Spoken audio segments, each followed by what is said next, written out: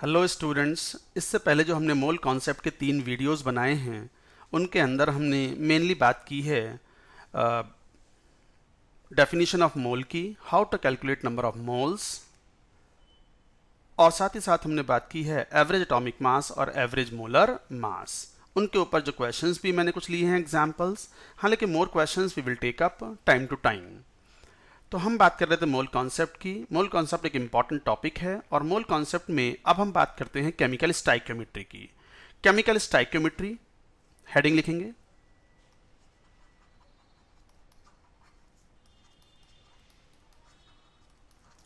Chemical stoichiometry. ये एक बड़ा इंपॉर्टेंट पार्ट है।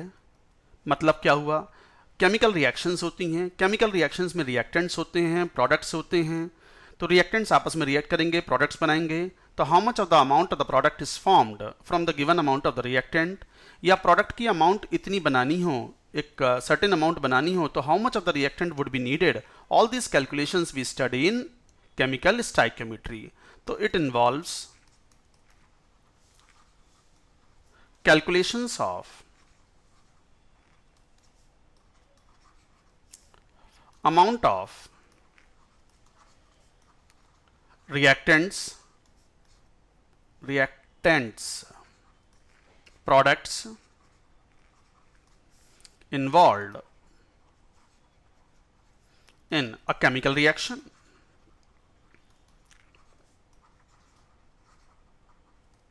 चलिए एग्जाम्पल लेके बात करते हैं। जैसे मैं मान लो कोई जनरल रिएक्शन लेता हूं, A plus 2B converted to C plus D। ये बैलेंस्ड कर दी मैंने रिएक्शन। ये कोई जनरल रिएक्शन है, A और B रिएक्टेंट्स कहलाएंगे और C and D will be products. तो ये 2 इसका स्टाइकियोमेट्रिक कोफिशिएंट है, यहां इसका 1 स्टाइकियोमेट्रिक कोफिशिएंट है, C का स्टाइकियोमेट्रिक कोफिशिएंट 1 है और D का स्टाइकियोमेट्रिक कोफिशिएंट 1 है। और इन जनरल हम ऐसे भी कह सकते हैं A plus B converted to C plus D। तो ये small a, small b, small c, small d, ये कहलाते हैं स्टाइकियोमेट्रिक कोफिशिएंट्स।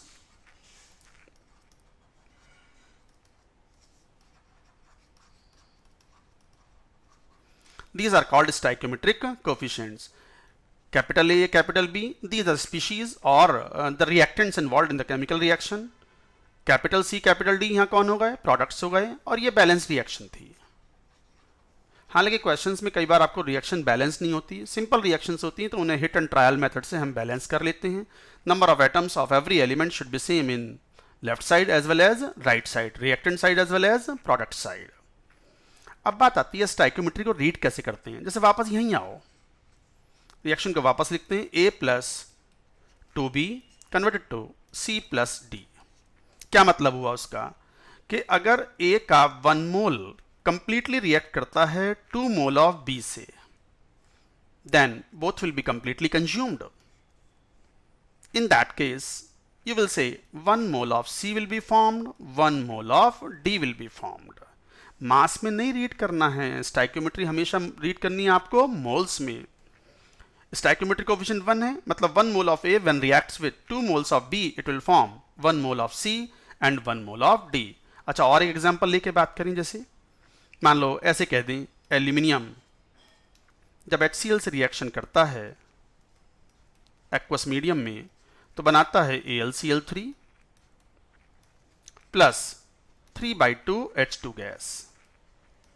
ये मैंने बैलेंसिंग कर ली। अच्छा, बैलेंसिंग में कोई प्रभाव नहीं पड़ता कि 3/2 लिया है, आप पूरी रिएक्शन को 2 से मल्टीप्लाई कर दो तो क्या आ जाएगा, 2Al plus 6HCl 2AlCl3 plus 3H2, ये गैस।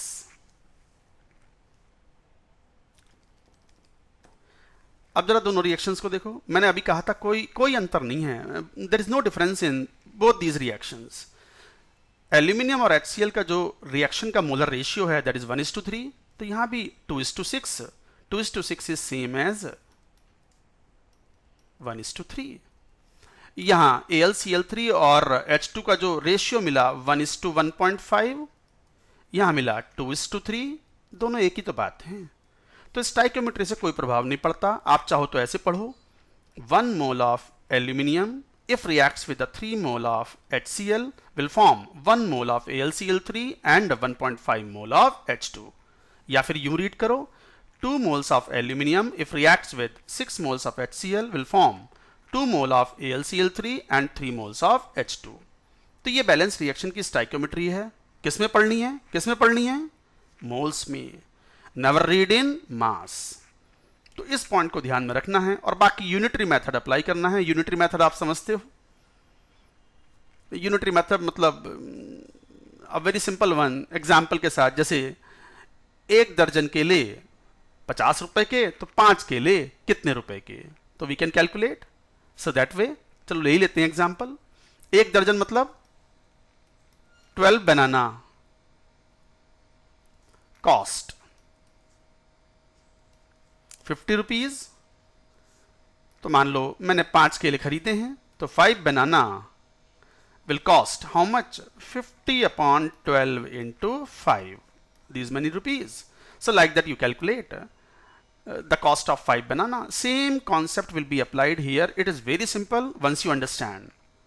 Example लेके बात करते हैं। Let us take one question। For example, potassium chlorate।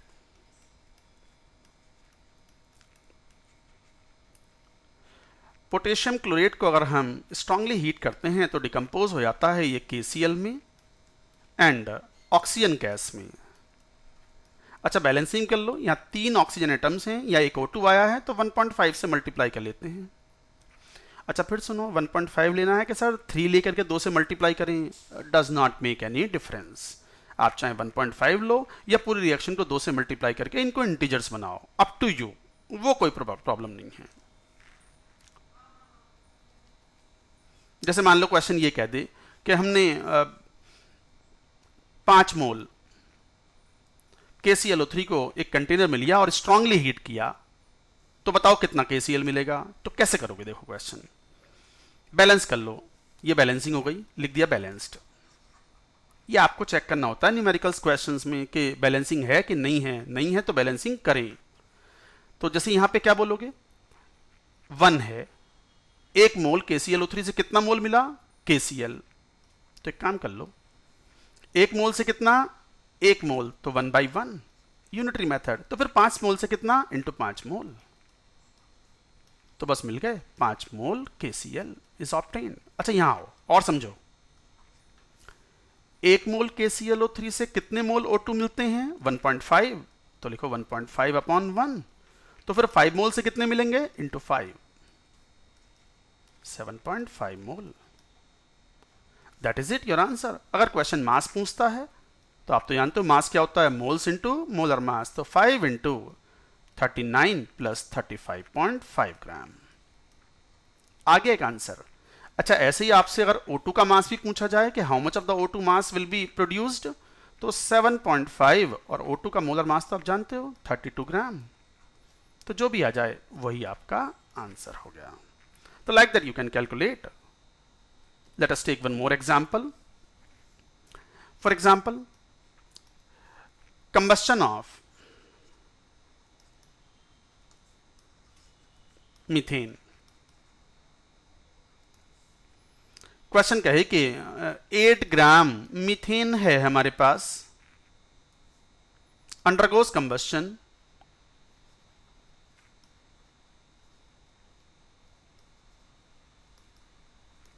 in excess of oxygen। Oxygen मतलब O2। find mass of products formed। मान लो ऐसा कह दी, also calculate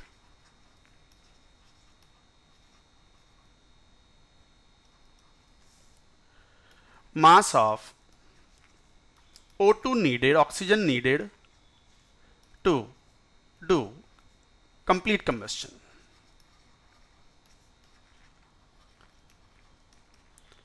चलो मैं एक क्वेश्चन से सारी बात आपको समझाने की कोशिश करता हूं। ये बहुत आसान है अगर थोड़ा ध्यान से सुनेंगे तो। जैसे मीथेन फॉर्मूला तो आप समझते हो, सबसे पहला काम रिएक्शन लिखो। कंबस्शन का मतलब बर्निंग इन ऑक्सीजन, तो O2 के साथ कंबस्शन कराओ। कंबस्शन के प्रोडक्ट्स क्या होते हैं? याद रखना है कि कार्बन CO2 में कन्वर्ट होगा और हाइड्रोजन H2O में कन्वर्ट होगा। तो carbon undergoes combustion to form CO2 और हाइड्रोजन जाएगा H2O में। अब कार्बन एक कार्बन है बैलेंस्ड, हाइड्रोजन 4 है, यहाँ H2 के फॉर्म आ रहा है, यहाँ 2 से मल्टीप्लाई कर दूं तो देखो हाइड्रोजन भी बैलेंस हो गया। अब कौन बचा केवल बैलेंसिंग के लिए? ऑक्सीजन। चलो देखते हैं ऑक्सीजन। कितने ऑक्सीजन एटम्स? 2 मोल ऑक्सीजन एटम। यहाँ कितने? 2। 4 मोल O, 4 मोल O के लिए 2 से मल्टीप्लाई कर दो, नाउ इट इज बैलेंस्ड। आप अगर 1-2 बार रिएक्शंस लिख के प्रैक्टिस करोगे ना तो ये काफी आसान हो जाएगा। अच्छा, आप क्वेश्चन में क्या कहा? 8 ग्राम दिया हुआ है। सबसे पहले आप मोल्स में कन्वर्ट करो, तो 8/16 0.5 मोल। कौन? मीथेन। चलो O2 ही निकाल लेते हैं पहले कि how much of the oxygen is required और needed for complete combustion of 0.5 mole of CH4। देखो क्या था, 1 मोल से कितने मोल O2 चाहिए? 2 मोल, तो 2/1। तो फिर हमारे पास सैंपल में है कितने? 0.5 मोल, तो 0.5 मोल से कितना चाहिए? इंटू 0.5। इसका मतलब answer is 1 mole of O2 is needed. और यदि मुझे मास चाहिए तो 1 × 32 ग्राम आंसर। अच्छा, इधर आओ CO2 पे। 1 मोल CH4 से कितना CO2 हमें चाहिए होगा? 1 से 1, तो 1/1। तो फिर 0.5 मोल से कितना चाहिए? सैंपल में तो 0.5 मोल है ना हमारे पास, 0.5 मोल। अच्छा, मास चाहिए तो again we can find out what? 44, 22 gram. अच्छा, कभी कभी वॉल्यूम भी पूछ सकते हैं कि what is the volume of CO2 gas under STP condition. तो आप तो जानते हो कि molar volume of gas is 22.4 litres. तो how many moles are there? 0.5 mole into molar volume 22.4 litre, 11.2 litre. Similarly question अगर कहता है कि वाटर का मास कितना ऑब्टेन होगा, तो that also we can find out. तो वाटर का मास अगेन मोल्स कैलकुलेट करो। 1 मोल CH4 से कितने मोल H2O? 2, तो 2/1 into 0.5 mole, 1 mole. So you can say 18 gram water will be obtained. अच्छा, यहीं पे थोड़ा सा ध्यान देने वाली बात है। Methane under room condition is gas, oxygen is under room condition gas, CO2 under room condition gas. Under room condition अगर क्वेश्चन मेंशन करता है तो हम H2O लिक्विड फॉर्म में लेंगे। तो फिर लिक्विड में वॉल्यूम अगर कैलकुलेट करना हो लिक्विड का तो फिर वो 22.4 वाला फैक्टर नहीं चलेगा। 22.4 litre is the molar volume only for gas. H2O is not gas here. तो फिर क्या करें? डेंसिटी से कैलकुलेट करें। ये बड़ा यूजफुल पॉइंट है, बहुत ज़्यादा डाउट आते हैं स्टूडेंट्स को इस पॉइंट में। फिर एक बार सुनो मैं क्या बात बोल रहा हूँ। मैं ये बात बोल रहा हूँ कि ये molar volume of gas 22.4 litre होता है। It is applicable only for gas, not for liquids और सॉलिड्स। अच्छा, मान लो क्वेश्चन कहे कि रूम कंडीशन पे these are the products obtain, तो H2O तो रूम कंडीशन पे क्या होने वाला है? लिक्विड। और लिक्विड के लिए फिर 22.4 वाला फैक्टर एप्लीकेबल नहीं होगा। फिर तो आप डेंसिटी से सॉल्व करोगे, और डेंसिटी क्या होती है? Density is equal to mass upon volume. अच्छा, डेंसिटी ऑफ वाटर आपको जब भी जरूरत पड़े लिक्विड फॉर्म में और आइस फॉर्म में, सॉलिड फॉर्म में, तो आप ले सकते हो 1 ग्राम पर ml। डेंसिटी आप ये ले सकते हो। तो अगर मुझसे कहा जाए कि how much of the volume of water is obtain, तो वॉल्यूम ऑफ H2O लिक्विड कितना ऑब्टेन होगा? तो will be equal to density into this will be mass upon density. How much of the mass was obtained? Look at the question, 18 gram. This one.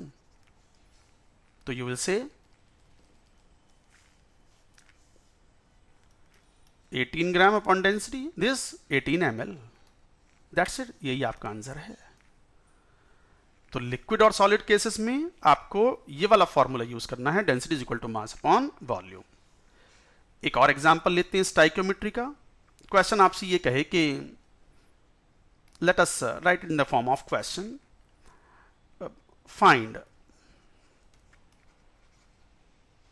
Volume of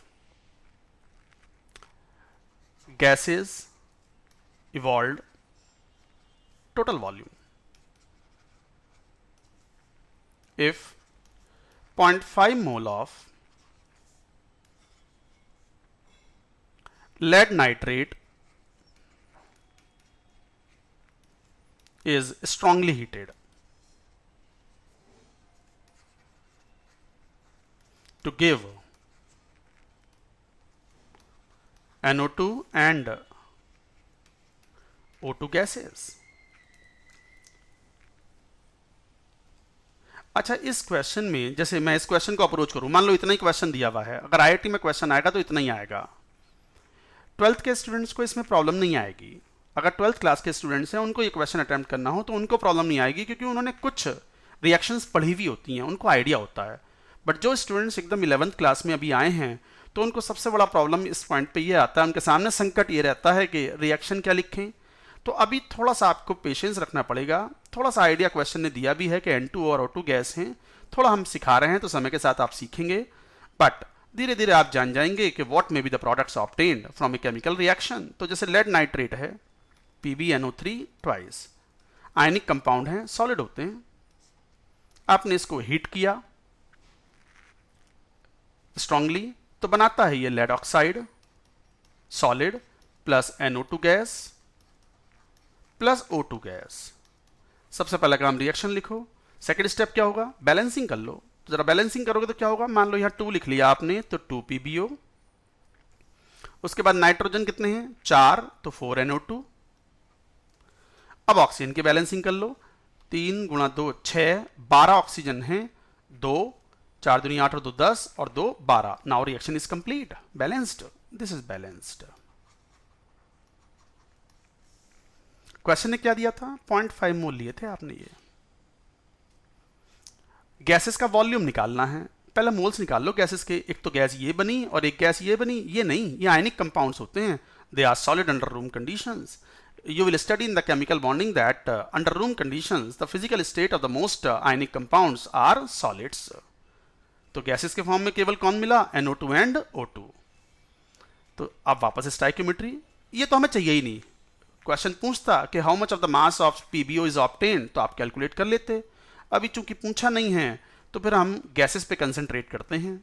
बताओ 2 mole से कितने मोल मिले NO2 के, 4, 4/2 into, तो 0.5 से कितने मिलेंगे, 0.5। ये कौन सा मेथड था भाई, क्या नाम था इसका, क्या नाम था इसका, यूनिटरी मेथड। तो कितना हो गया ये, 1 मोल।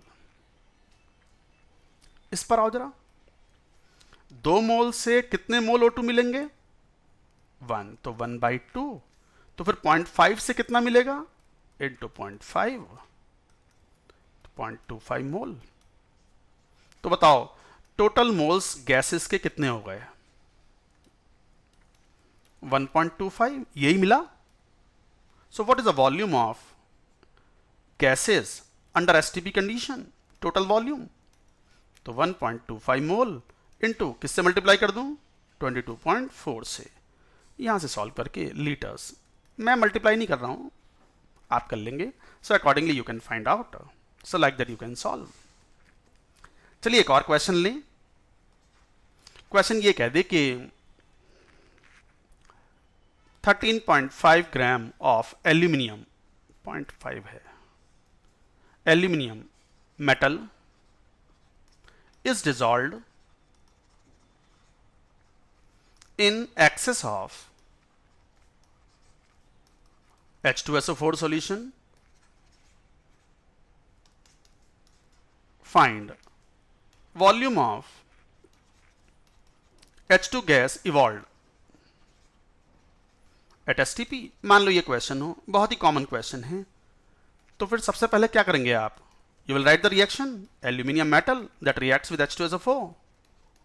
क्या बनेगा, aluminium sulfate, Al2SO4 thrice, aqueous, ये aqueous था। फिजिकल स्टेट लिखो तो थोड़ा अच्छा रहता है, आपकी नॉलेज बढ़ती है। प्लस हाइड्रोजन गैस, बैलेंसिंग करेंगे, यहाँ 2 से मल्टीप्लाई कर लिया। Hit and trial method, simple reactions होती हैं, 3 सल्फेट हैं तो 3 से मल्टीप्लाई कर लिया, और यहाँ 3 हाइड्रोजन आ गए। Now the reaction is balanced. अब क्वेश्चन पे आओ, 13.5 ग्राम। एल्यूमिनियम का एटॉमिक मास होता है 27। ये क्वेश्चन में दिए हुए होंगे, आईआईटी के पेपर में एटॉमिक मासेस दिए हुए होते हैं आपको, इवन हाइड्रोजन तक का दिया हुआ होता है, इट इज 1। भले ही आपको याद होता है बट वो देते हैं आपको। तो दिस इज 0.5 मोल। हमें वॉल्यूम फाइंड आउट करना है गैस का। यही है गैस, ये गैस थोड़ी है, ये तो सॉल्यूशन फॉर्म में सब्सटेंस है। What do we do now? 2 mole से 3 मोल, यूनिटरी मेथड, 3/2 इंटू, तो फिर 0.5 मोल से कितना इंटू 0.5, कितना हो गया? तो 1.5 इंटू 0.5, 0.75 मोल। तो volume of hydrogen gas under STP condition, if at all I want to calculate, would be 0.75 into 22.4 liter. जो भी आंसर आए that would be your answer. अब यहीं पर मैं एक और बात कहना चाहूंगा आपको। अगेन 12th क्लास के स्टूडेंट्स अगर ये सब पढ़ रहे हैं तो उनका पढ़ा हुआ होता है, तो they understand how to get the formula like this. But 9वीं क्लास में, 10वीं क्लास में, 9th 10th में स्टूडेंट्स ने, चाहे वो कोई सा भी बोर्ड हो, राजस्थान बोर्ड हो, सीबीएसई बोर्ड हो, आईसीएसई बोर्ड हो, सब ने पढ़ा होता है कि how to form the formula. Aluminium sulphate बनाना है, आयनिक कंपाउंड है, तो आप जानते हो एल्यूमिनियम की वैलेंसी 3+ होती है, एल्यूमिनियम आयन 3+ होता है, और सल्फेट की वैलेंसी 2- होती है। क्रॉस मल्टीप्लाई करते हैं valencies. I hope everyone understands out here. So you will say that formula will be cross multiply करेंगे तो Al2SO4 थ्राइस। सिमिलरली मुझसे कोई कहे कि बेरियम, एग्जाम्पल, क्वेश्चन तो हो चुका, उसका आंसर तो ये रहा ना। तो बेरियम क्लोराइड, बताओ बेरियम क्लोराइड का फॉर्मूला क्या लिखेंगे? बेरियम एल्कलाइन अर्थ मेटल है, उसकी वैलेंसी 2 होती है हमेशा, और क्लोराइड आयन की वैलेंसी क्लोराइड में Cl- होती है। तो क्रॉस मल्टीप्लाई करोगे तो valency -1, valency is not minus, I am sorry, valency is always a whole number, valency is 2, valency is 1 for chlorine. Oxidation number is +2 and oxidation number is -1. This is the difference between the oxidation number and valency. So formula will be BaCl2. So this is barium chloride. So like that you can form. Let us take one more question on simple stoichiometry. Simple stoichiometry के बाद next lecture में we are going to talk about very important thing, mixture problems, the most troublesome for many of the students. How to solve the mixture related stoichiometric problems. अभी simple questions में let us take one more question. Find mass of oxygen needed in kg for complete combustion of butane. How much? 1 kg. मान लो ये question है। आप पहले butane के combustion की reaction लिखो। कंबस्शन का मतलब क्या होता है? ऑक्सीजन से रिएक्शन, और जितना भी कार्बन है वो कहाँ पहुंचाना है? CO2 में। जितना भी हाइड्रोजन है कहाँ पहुंचाना है? H2O में। तो C4H10 ब्यूटेन, ऑक्सीजन से कंबस्शन कराएंगे, 4CO2, 5H2O, 4 दूनी 8 और 5 13, 13.13, तो 6.5। Now reaction is balanced. अब हमें 1 kg दिया हुआ है, तो 1 kg मतलब 1000 ग्राम, मोल्स में कन्वर्ट करेंगे तो 48 और 10 58, 58 ये मोल। देखो क्वेश्चन एक ही लाइन में सॉल्व हो जाता है, आप थोड़ा सा लॉजिकली चलें। 1 मोल से कितना ऑक्सीजन चाहिए? 6.5 मोल। ग्राम में नहीं पढ़ना है, मोल में पढ़नी है स्टाइकियोमेट्री। 1 मोल ब्यूटेन से कितना चाहिए के कंबस्शन के लिए? कितना चाहिए? 6.5 ग्राम, 6.5 मोल। तो 6.5/1, तो फिर 1000/58 से इतने मोल्स चाहिए। इतने मोल आ गए O2 के। नहीं, मुझे मोल नहीं चाहिए, मुझे क्या पूछा है क्वेश्चन में? मास इन kg। तो 1000/58, तो मास कितना हो गया? 32 ग्राम। आ गया आंसर ग्राम में। नहीं, ग्राम में नहीं, kg में चाहिए। तो यहीं 1000 से और डिवाइड कर दो, अब बन गया kg।